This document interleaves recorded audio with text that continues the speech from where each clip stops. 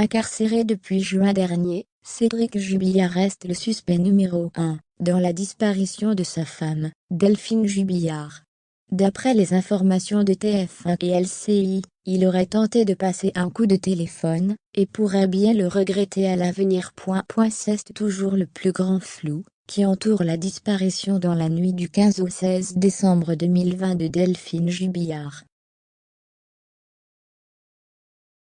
Depuis, l'infirmière de 33 ans n'a plus donné signe de vie, et après des mois d'enquête et de recherche, son mari Cédric a été incarcéré à la prison de Toulouse-Saïs, Haute-Garonne.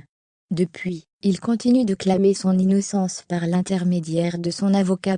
Lors des recherches, pour tenter de retrouver le corps de Delphine, Cédric a retrouvé l'amour aux côtés d'une certaine Séverine L, qui est désormais sa nouvelle copine.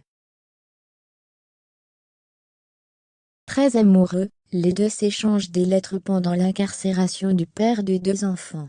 Mais dernièrement, le peintre plaquiste de 34 ans serait allé un peu trop loin.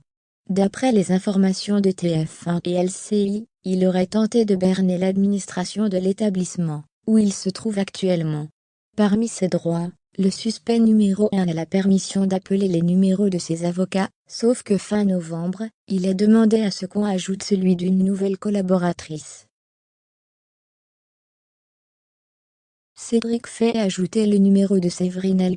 Problème, après vérification, le numéro donné par Cédric Jubillard est celui de Séverine L. contacté par les équipes de LCI et TF1. Lundi de ses avocats évoque le sujet. C'est la seule qui le soutient affectivement. Il est tout seul. Il n'a pas de parloir depuis de nombreux mois.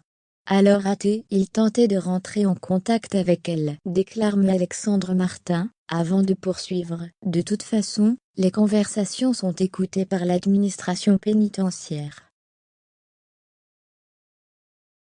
Enfermé depuis plus de 7 mois en prison, Cédric Jubillard a donc tenté de joindre sa nouvelle compagne, mais sa ruse n'aura pas fonctionné. De leur côté, ses avocats tentent tout pour le faire libérer, mais chaque tentative échoue. Ce dernier sera entendu par les juges, une nouvelle fois, le 11 février prochain.